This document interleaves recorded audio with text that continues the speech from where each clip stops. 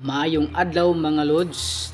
Naata karon diri mga lods sa Guillermo Street, Cagayan de Oro Night Market. Sa tumahilig umukaw ng pater mga lods, anhi mo diri lods oh. Mo nilang food cart mga lods, napslay bihon 30 with egg na butter bajingko.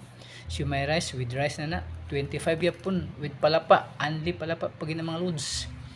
Napod tay lamisa dia. Pwede na maglingkod atong customer. Wala mga lods mo nang tagyan lods kan duha na ka green lods.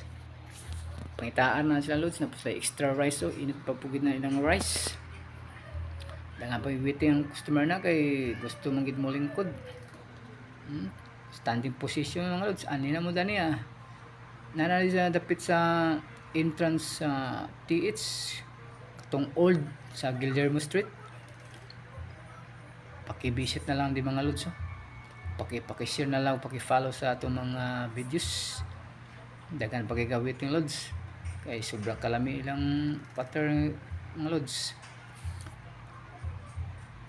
Ano dagang gailang kwan, customer ga kwan, kaon.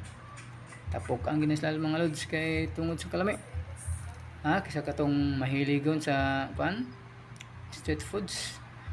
Ani na mo diri sa Guillermo Street. 5:30 to 9 PM. Salamat, bye-bye.